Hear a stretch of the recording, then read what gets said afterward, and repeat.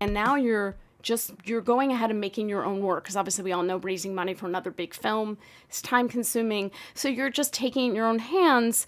And I wanted to talk a little bit about that because, that's what they tell a lot of actors: make your own work, right? But how do you do that on a small scale? How are you doing it on a small scale? It's different for everyone. And how do you make it so you can keep putting yourself out there, but you're not spending a lot of money and going broke trying to do something that you're not necessarily what you want to do? You want to be the actor.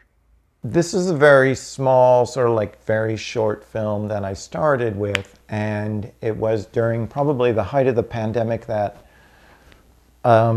I started it, and I thought, well, what do I have to work with? I can't go out and do anything. What can I work with on my own, And truthfully, because I had recently gotten an agent at that point, and I was doing a lot of auditions, which I had to turn in myself, so I was buying equipment at this time that was affordable. And actually, it was very helpful because before this, I was working on a feature that I was writing.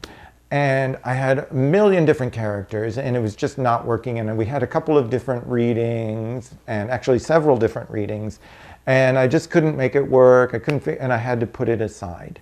But I found that like working on something very small, where it was just one person, and I knew it was only going to be like a 10-minute story, it was very useful to me to go back to the basics.